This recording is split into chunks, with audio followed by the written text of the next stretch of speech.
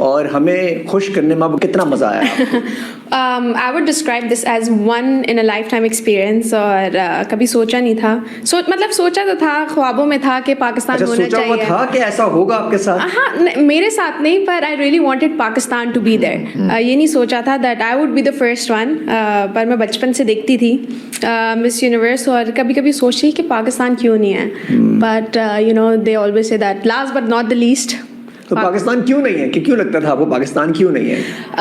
ये कभी नहीं सोचा था, बट ये पता था that Pakistan is not really accepted in चीज़ों को लेके, लाइक ब्यूटी पैजेंट्स और ये सब चीज़ें एक्सेप्ट नहीं होती हैं। तो ये मतलब दिमाग में था, लेकिन क्राइटेरिया नहीं पता था कि क्यों नहीं है, किसी के पास फ्रेंचाइज नहीं है। तब इतनी जाहिर सी बातें बचपन में इतनी नॉलेज नहीं थी। अच्छा, ये हुआ कैसे सब सिलसिला? अगर फॉर एग्जाम्पल एक आम लड़की सुन रही होगी, उसको आना होगा कि एरिका आ सकती है, तो वो भी सोच रही है कि नेक्स्ट टाइम वो भी आए। Oh, yes। तो कैसे हुआ है सब कुछ? अच्छा, मेरे साथ तो बहुत रैंडम हुआ था, क्योंकि जो हमारा नेशनल डायरेक्टर है जिसके पास पाकिस्तान की फ्रेंचाइज है, he is a Filipino, he is not a Pakistani. तो पाकिस्तान के अंदर जो है इतना ज़्यादा प्रमोट हुआ नहीं था, तो लोगों को इतना पता नहीं था।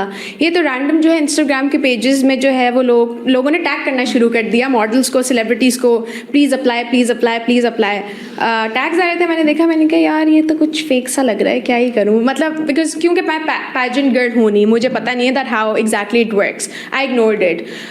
फिर आने शुरू हो गए, तो तकरीबन 1-2 वीक्स तक डिफरेंट पैजेंट पेजेस से, खाली मुझे नहीं और भी बहुत सारे लोगों को टैग्स आ रहे थे। I was free at home, board, मैंने कहा चलो ओपन करके देख लेते क्या ही हर्ज है।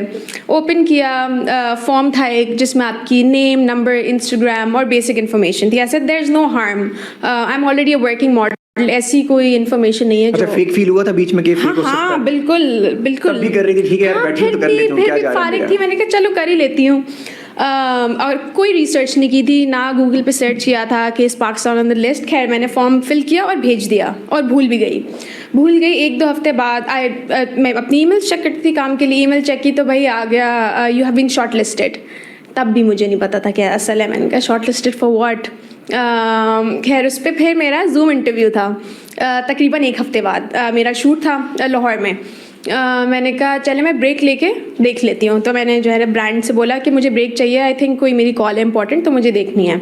अच्छा, जूम पे मैं बैठी रही हूँ, कोई कॉल कनेक्ट नहीं हुई, तो मुझे लगा कि जी ये तो फेक ही था। मैं शूट करके घर आ गई, फिर मुझे जूम पे notification I, you still online? I said हाँ। अच्छा, I was not prepared for the interview at all. मैं बैठी हुई थी रैंडम, अच्छा जी कॉल कनेक्ट हो गई। जब कॉल कनेक्ट हुई ना, I saw Philippine, I said oh shit, this is something real. वो 1 घंटे की कॉल थी, वो उस टाइम से स्टार्ट हुई जो तो 1 घंटे में उन्होंने क्या किया आपके साथ ऐसा? उन्होंने basic information about your life, who are you, what do you do, why do you want to join Miss Universe. अच्छा, ऐसा नहीं ले लिया कि मतलब देखा खूबसूरत है तो ले लो, या? हाँ, नहीं। अच्छा, आपकी प्रोफाइल से वो आपको सिलेक्ट करते हैं, फिर जो क्वेश्चन आंसर्स होते हैं आप वो आंसर करें, उस पर फिर आप शॉर्ट लिस्ट होते हैं। तो सेंसेस भी चाहिए होते हैं खूबसूरती के साथ साथ? ये तो मैं बिल्कुल, इंटेलेक्ट लेवल भी होना चाहिए बंदे का? ये मुझे बिल्कुल भी नहीं पता था, लेकिन जितना इन 2 महीनों में मैंने अपना दिमाग इस्तेमाल किया है ना, शायद सारी 3 साल मॉडलिंग में तो नहीं किया था फॉर श्योर। एंड अच्छा, मॉडलिंग में दिमाग की जरूरत नहीं पड़ती वैसे? नहीं, एंड मतलब अगर आप कोई ऐसा इंटेलेक्चुअल काम कर रहे हैं, जैसे फॉर एग्जांपल अगर आप मॉडलिंग के साथ साथ कोई और साइड काम कर रहे हैं, which is I think which is very important, क्योंकि इससे पहले मैं आई वाज वर्किंग वुमेन, और मुझे इन 3 साल के ड्यूरेशन में ये रियलाइज़ हुआ कि शिट, मैं तो बस काम ही करे जा रही हूँ और मेरा दिमाग तो कहीं यूज़ ही नहीं हो रहा। And I realised it until जो कहा जा रहा है वही कर रही हूँ, ज़हन तो काम ही नहीं कर रहा। And I realised it until I had to actually use my brain when I went for the competition। तो फिर मुझे ये रियलाइज हुआ कि शिट, अगर मैं मॉडलिंग के साथ साथ कोई और काम भी कर रही होती तो शायद मेरे स्किल और पॉलिश हो रहे होते। क्वेश्चन आंसर्स क्या थे यूजुअली वैसे जो आपको लगा? कुछ भी। वो डायरेक्टली क्वेश्चन आंसर्स कर रहे थे आपको? हाँ, डायरेक्टली। मतलब मैंने कहा why do you want to be Miss Universe, आपकी क्या एडवोकेसी, आप क्यों ज्वाइन करना चाहती हो? उस टाइम पे तो मैंने सोचा ही नहीं था, मैंने कहा क्यों ज्वाइन करना चाहती हूँ। खैर somehow I answered all the questions, but then I had to sit down myself that why do I really want to join। जब मुझे पता चला ठीक है, this is a platform and you know I will have a voice, और मैं क्यों जाना चाहती हूँ, मतलब हाँ रैंडमली अप्लाई तो कर दिया है, but now I should think about it। खैर वहाँ से शॉर्टलिस्ट हुई, अभी तो बड़ी लंबी स्टोरी है, it was a 2-month journey.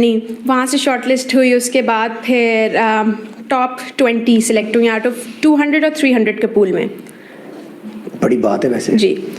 Top 20 उसके बाद Excellent. पाकिस्तान से 300 लड़कियों ने अप्लाई किया था वो जिसमें 300 में से आप जी टॉप 5 थी। टॉप 5 हम मालदीव्स गई हैं अलग कंपटीशन के लिए, मेरे साथ और 4 पाकिस्तानी लड़कियां भी थी, हमारा अलग कंपटीशन वो तो हुआ है। दोस्ती बन गई होंगी आपकी? हाँ हाँ, बहुत अच्छी दोस्ती। वो सारी हाफ अमेरिकन हाफ पाकिस्तानी थी। We all travel to Maldives. तो basically I want to clear कि पहले मिस यूनिवर्स से जाने से पहले आपको मिस यूनिवर्स पाकिस्तान का टाइटल जीतना होता है, ये हर कंट्री का होता है, फिर आपके पास वो टाइटल पूरे साल होता है, तो वो मैं मालदीव्स में जीती थी। अच्छा, मालदीव जीत गई थी आप।